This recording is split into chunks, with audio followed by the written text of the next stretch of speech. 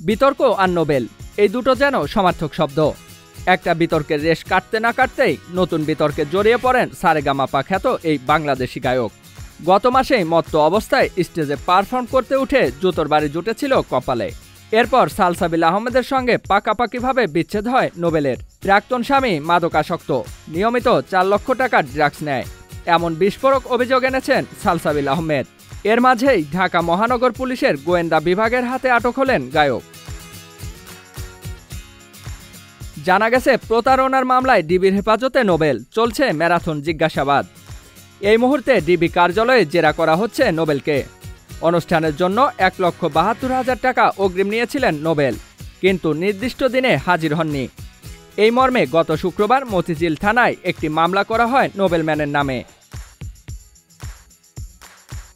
অনুষ্ঠানে না গিয়ে 1,72,000 টাকা অগ্রিম নিয়ে প্রতারণার অভিযোগে তার বিরুদ্ধে মতিঝিল থানায় মামলাটি দায়ের করা হয়। শরীয়তপুরের এক হাই স্কুলের রিইউনিয়ন অনুষ্ঠানে গান গাওয়ার কথা ছিল নোবেলের, কিন্তু টাকা নিয়েও শেষমেশ গরহাজির থাকেন গায়ক। এসএসসি ব্যাচ 2016 এর প্রতিনিধি হিসেবে মোহাম্মদ সাফায়েত ইসলাম 4 দিন আগে থানায় নোবেলের বিরুদ্ধে মামলাটি দায়ের করেন। সেই মামলার সূত্র ধরেই গোয়েন্দার জেরার মুখে নোবেল। শো করার প্রতিশ্রুতি দিয়ে নেওয়া অর্থ আত্মসাৎ করেছেন নোবেল, এমনই অভিযোগ। মতিঝিল থানার সাধারণ নিবন্ধন কর্মকর্তা উপপরিদর্শক জানিয়েছেন, গত 17 মে আদালত এ মামলার এজাহার গ্রহণ করে আগামী 9 জুলাই প্রতিবেদন দাখিলের নির্দেশ দিয়েছেন।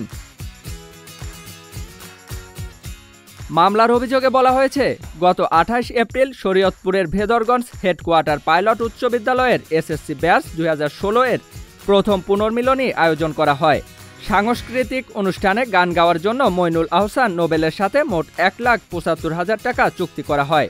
পরে নোবেলকে বিভিন্ন সময়ে সর্বমোট 1,72,000 টাকা দেওয়া হয়। তবে অনুষ্ঠানে না গিয়ে প্রতারণা করে এ অর্থ আত্মসাৎ করেন তিনি। রবীন্দ্রনাথ থেকে নরেন্দ্র মোদী, অতীত বহুবার কুরুচিকর মন্তব্য করে বিতর্কে জড়িয়েছেন নোবেল। তার আচরণ সবসময়ই থেকেছে প্রশ্নের মুখে। নোবেলের উচ্ছৃঙ্খল জীবনযাপনে তিতিবিরক্ত তার এক সময়ের গুণমুগ্ধ ভক্তরাও।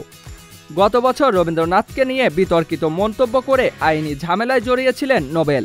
2019 সালে জি বাংলা সারেগামাপায় 3য় স্থান দখল করেছিলেন নোবেল। তবে ভিউয়ার্স চয়েজে সেরার পুরস্কার উঠেছিল তার হাতে।